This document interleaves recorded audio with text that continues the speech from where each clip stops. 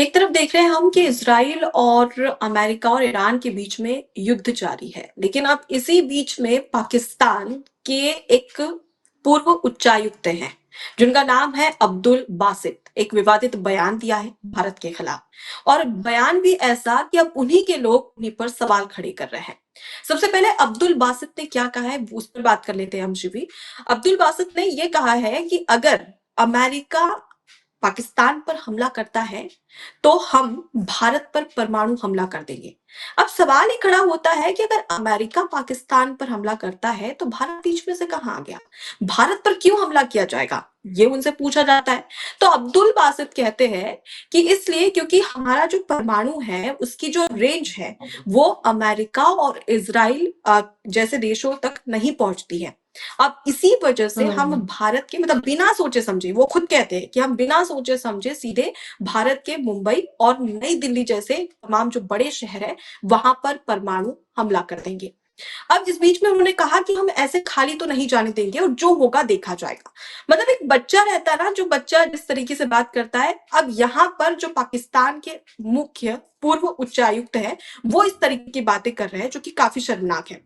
सवाल यहाँ पर इसलिए खड़ा हो रहा है क्योंकि अगर कोई नॉर्मल व्यक्ति बोलता तो समझ में भी आता, लेकिन कई बड़े उच्च पदों पर ये रह चुके हैं। अगर हम बात करें तो जर्मनी के जो पाकिस्तान के राजदूत रह चुके हैं जर्मनी में, उसके साथ ही कई ऐसे देश हैं जहां पर ये पाकिस्तानी दूतावास के बड़े पदों पर रह चुके हैं। तो इससे समझा जा सकता है कि बड़े पदों को इन्होंने संभाला है, लेकिन उतने बड़े पदों पर पहुंचने के बाद में इस तरीके की बातें करना, बचकानी बातें करना और भारत को गीदड़ भक्की देना, कहीं ना कहीं अब इस पर सवाल खड़ा होता है। शिवी, इसके बारे में आप क्या सोचती है? देखिए, मैं आपको अगर हिस्टोरिकली बताऊं कि चीजें चल क्या रही हैं इस टाइम पे। सो जो डोनाल्ड ट्रंप है उनका पूरा ध्यान इसी बात पे केंद्रित है कि पूरे वेस्ट एशिया में किस तरीके से जितने भी लोगों के पास न्यूक्लियर पावर एसेट है उन सबको डिसेंट्रलाइज करना है और साथ ही साथ उनको हटाना है। तो अब देखिए पाकिस्तान भी घेरे में आएगा। आपको क्यों लगता है ईरान पर अटैक हुआ? ईरान पर इन लोगों ने बोल दिया कि इनके पास न्यूक्लियर एसेट है, ठीक है। अब लेकिन ईरान के पास न्यूक्लियर एसिड विकसित नहीं हुआ था पूरी तरीके से जिस हिसाब से वो बात कर रहे थे, ठीक है। अब यहाँ पे बात आ रही है पाकिस्तान की। पाकिस्तान टेररिज्म के घेरे में आता है, पहला। दूसरा, उनके पास न्यूक्लियर एसिड है, वो कभी भी घातक हो सकता है, ठीक है। शहबाज शरीफ ने इतने टाइम से ट्राई किया कि डोनाल्ड ट्रंप के साथ सही से रिश्ते बना के रखे, कुछ भी करे, उसके बावजूद भी यूएस एक बार भी नहीं सोचेगा पाकिस्तान पर अटैक करने से पहले। तो पाकिस्तान के अंदर इतना ज्यादा डर बैठ गया ना कि उसको लग रहा है कि उसकी उसकी जो मिसाइल्स है वो यूएस तक तो पहुंचेगी नहीं। देखिए, सबकी ना रेंजिंग मिसाइल होती है, तो जो पाकिस्तान की रेंजिंग मिसाइल है, हाईएस्ट रेंजिंग मिसाइल है, वो मैक्सिमम 2500 किलोमीटर तक है, बस इससे ज्यादा नहीं है वो। और यहाँ से यूएस बहुत दूर पड़ जाएगा, तो ऑब्वियसली बात है पाकिस्तान इस पूरे गेम के अंदर कुछ नहीं कर पाएगा। इसलिए उसको लगा है कि इसे बीच में और इंडिया की तरफ वार कर दिया जाए। पाकिस्तान का तो प्राइम मोटो हमेशा से यही रहा अनुपमा जी, कि कैसे इंडिया की तरफ वार किया जाए, इंडिया को हर चीज में नीचा दिखाया जाए। और यहाँ पर भी उसने सिमिलर चीज की है। इसका कोई सर पैर नहीं है। और ये जो वसीर शाह है, ये जिस हिसाब से बात कर रहे हैं, ये पॉसिबल ही नहीं है। पहली चीज, हमें थ्रेट है इस टाइम पे, वो तो सही बात है, लेकिन इंडिया के पास मिलिट्री एसेट हो गया। इनफैक्ट अगर हम न्यूक्लियर पावर की भी बात करेंगे तो इंडिया की बहुत ज्यादा है। पर ये है कि हम अभी परेशानी के घेरे के अंदर हैं तो सही। और जो डोनाल्ड ट्रंप चाह रहे हैं ना कि हर जगह तबाही हो जाए, वो शहबाज शरीफ बिल्कुल कर सकते हैं। लेकिन यहाँ पे एक और बात भी आती है कि शहबाज शरीफ के पास इतनी ज्यादा ओडेसिटी नहीं है, क्योंकि अगर शहबाज शरीफ हम पे अटैक करेंगे तो हम भी जब रिवर्स अटैक करेंगे तो पूरा पाकिस्तान उससे कभी भी उभर नहीं पाएगा। तो मुझे नहीं लगता कि न्यूक्लियर वॉर की बिल्कुल भी संभावनाएं आएंगी, क्योंकि होनी होती तो वर्ल्ड वॉर 2 तो इतने टाइम पहले खत्म हुआ था, आज तो इतने साल हो गए, अभी तक हो जाता, और ईरान और यूएस के बीच में भी हो जाता। लेकिन अगर इन सब जगहों पे, बड़े बड़ी जगहों पे नहीं हो रहा है, तो पाकिस्तान का बस एक तरीका है कि इंडिया जिस घेरे में ऑलरेडी परेशान है, क्योंकि हम ईरान की तरफ से भी परेशान है, हम यूएस की तरफ से भी परेशान है, हम एक बैलेंस मेंटेन करने की कोशिश कर रहे हैं, राइट। तो उसके साथ साथ अब वो चाहता है कि मैं एक एडिशनल प्रेशर ले आऊं। अब इसमें हमने बांग्लादेश का भी नाम सुना था बीच में, कि यूनिस भी इसको सपोर्ट कर रहे हैं कम्प्लीटली।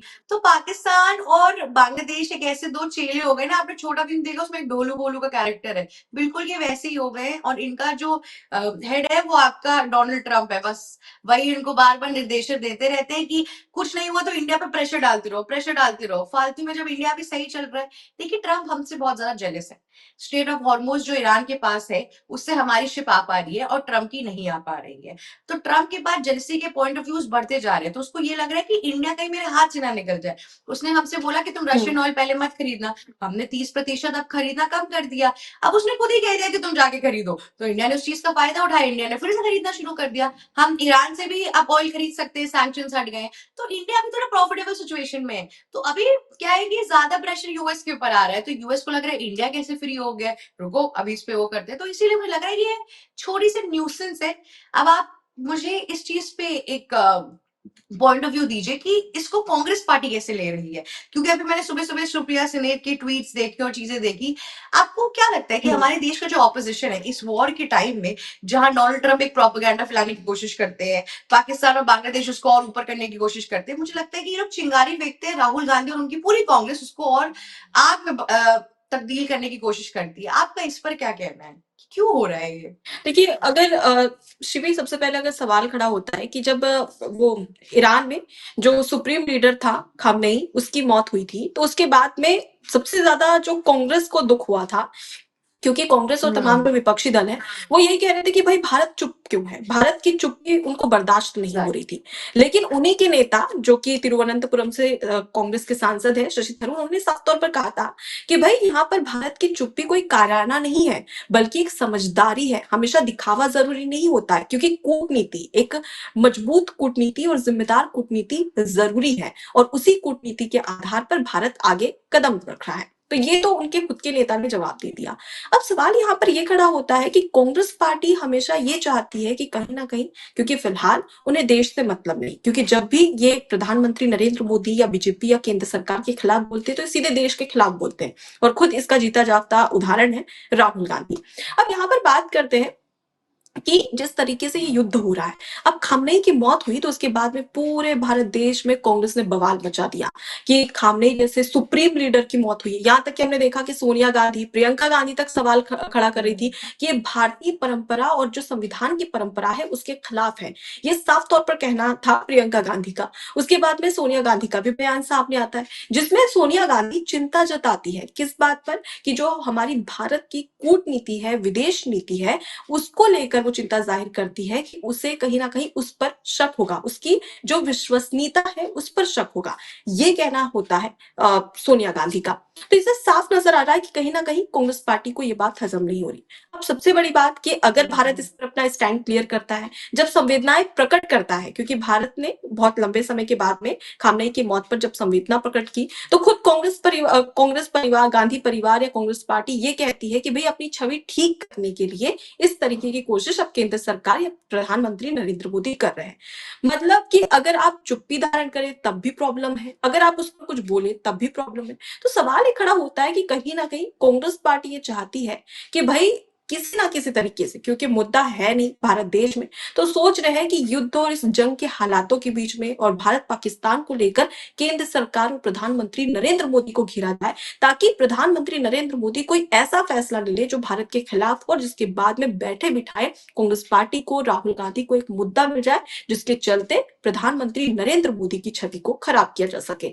तो यही एक सबसे बड़ा सवाल खड़ा होता है। फिलहाल अगर हम बात करते हैं अब्दुल बासित की, तो हमने देखा कि जब ऑपरेशन सिंदूर हुआ था तो उस समय किस तरीके से जवाब दिया गया था पहलगाम हमले का। इसके अलावा पुलवामा अटैक की बात करें तो उस पर भी किस तरीके से भारत ने जवाब दिया था।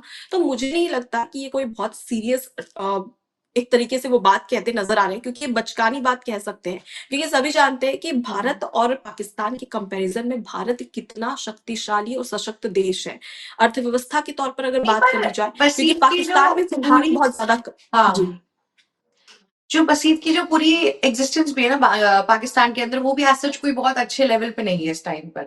अगर आप देखेंगे वहां पे मिलिट्री वाइज भी, चीजों वाइज भी, तो आज सच कुछ नहीं है। वो एक राजदूत थे, इंडिया से रिलेटेड थे, इसलिए उन्होंने ऐसे स्टेटमेंट दिया। कहते ना कि थोड़े थोड़े पीआर स्टंट कर देता है इंसान ऐसे लाइमलाइट में आने के लिए, बल्कि पाकिस्तान के मिलिट्री या शहबाज शरीफ, इन सब जगहों से ऐसा कुछ भी बात सामने नहीं आई है।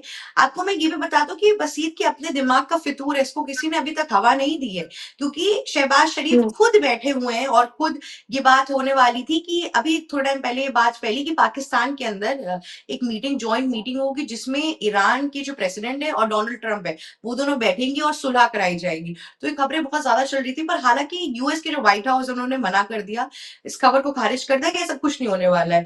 पर बीते दिनों यही खबर चल रही थी कि पाकिस्तान के शहबाज शरीफ ही अब नेगोशिएशन कराएंगे।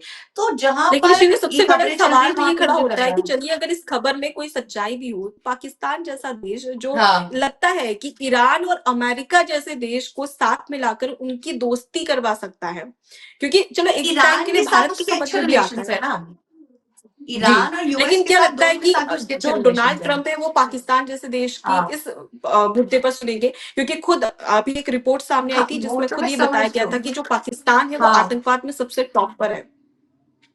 नहीं वो सुनेंगे नहीं, पर इस बार ना एक्चुअली ईरान ने कोई भी कंट्री छोड़ी नहीं है जहां नेगोशिएशन हो सके। पहली इंडिया पे हम्म। फॉरमोस्ट आ रही थी, इंडिया कर सकता है, पर इंडिया का भी बड़ा प्रो इजरायली स्टैंड आ गया। पूरा मिडिल ईस्ट ईरान ने अटैक करके बैठा है, तो कौन आएगा नेगोशिएशन कराने के लिए? तो शहबाज शरीफ का नाम सामने आया, लेकिन खैर ये न्यूज व्हाइट हाउस ने तो बिल्कुल डिक्लेयर नहीं की कि सच है।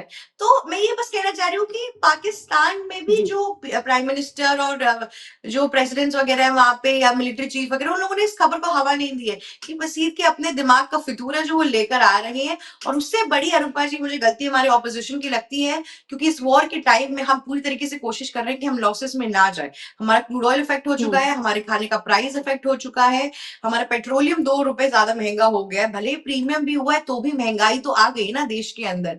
ठीक है, तो बिल्कुल। उस इस पूरे टाइम में अगर इंडिया एक बैलेंस क्रिएट करने की कोशिश कर रहे हो, उस बैलेंस क्रिएशन में भी अगर कांग्रेस पार्टी इस हिसाब से एक्ट कर रही है, तो वहां एक बहुत बड़ी गलती है। जैसे कभी कभार मुझे लगता है कि इलेक्शन, जैसे वेस्ट बंगाल इलेक्शन, सब इलेक्शन में अगर वो कुछ अच्छा परफॉर्म नहीं कर पा रही है, तो राहुल गांधी एक नए मुद्दे के साथ आ जाते हैं। और बसीत की तो हम्म। बात ही नहीं सुननी चाहिए, उनके जो स्टेटमेंट मुसलमानों के लिए हैं वो भी बहुत ज्यादा एंटी नेशनलिस्ट अप्रोच के साथ हैं। तो ये इंसान बिल्कुल ही हेट्रेड से भरा हुआ है, और इसके पास कोई काम नहीं है, बस आके यहाँ पे एक कहते हैं ना, बहुत टाइम बाद मैं सुर्खियों में नहीं आया हूँ, तो एक स्टेटमेंट से सामने आ गया। और स्पेसिफिकली अगर आप नोटिस करिए, धुरंधर 2 के बाद ये सारे स्टेटमेंट ज्यादा निकल के आ रहे हैं। पाकिस्तान वालों के अंदर ना बौखलाहट बहुत आ गई है धुरंधर के बाद से। तो इस वजह से भी मुझे लग रहा है कि जी, यहाँ पे ये डायनामिक्स बनते हुए आ रहे हैं। बिल्कुल शिवी, तो अब देखने वाली बात होगी आगे चल के कि किस तरीके की परेशानी यहाँ पर सामने आती है, क्योंकि अगर हम बात करते हैं ना कि अगर कोई दूसरा व्यक्ति अगर इस तरीके की बात करता, पाकिस्तान का कोई नागरिक इस तरीके की बात करता तो समझ में आता, लेकिन एक पूर्व उच्चायुक्त इस तरीके की बातें कह रहा है तो वो बिल्कुल हजम नहीं हो रही है, क्योंकि भारत ने अपना स्टैंड क्लियर कर दिया। और उसके साथ ही साथ अगर हम बात करें बीजेपी की, तो बीजेपी के नेताओं की भी इस पर प्रतिक्रिया सामने आई थी, जिसमें बीजेपी ने साफ तौर पर कहा था कि भारत चुप नहीं बैठने वाला। और ये जो गीदड़ भग्गी है ये सिर्फ पाकिस्तान के लोग दे सकते हैं, पाकिस्तान की जो पूर्व उच्चायुक्त है वो दे सकते हैं, बाकी इन सबसे कुछ होने वाला नहीं, क्योंकि पाकिस्तान बहुत अच्छे तरीके से जानता है कि भारत पर अटैक करना यानी कि खुद को एक मुसीबत में डालना। वही देखने को मिल रहा है फिलहाल, इस बयान को लेकर लगातार सियासत देखने को मिल रही है, लेकिन अब आगे देखने वाली बात होगी शिवी कि इस पर केंद्र सरकार क्या प्रतिक्रिया देती है, पाकिस्तान की जो केंद्रीय मंत्री है या प्रधानमंत्री है वो इस पर कुछ स्टैंड क्लियर करते हैं या नहीं। बिल्कुल सही कह रही है, देखते हैं कि अब आगे इस वॉर के टाइम में क्या नया होता है। एबीसी हिंदी न्यूज, आज ही जुड़िए हर खबर के साथ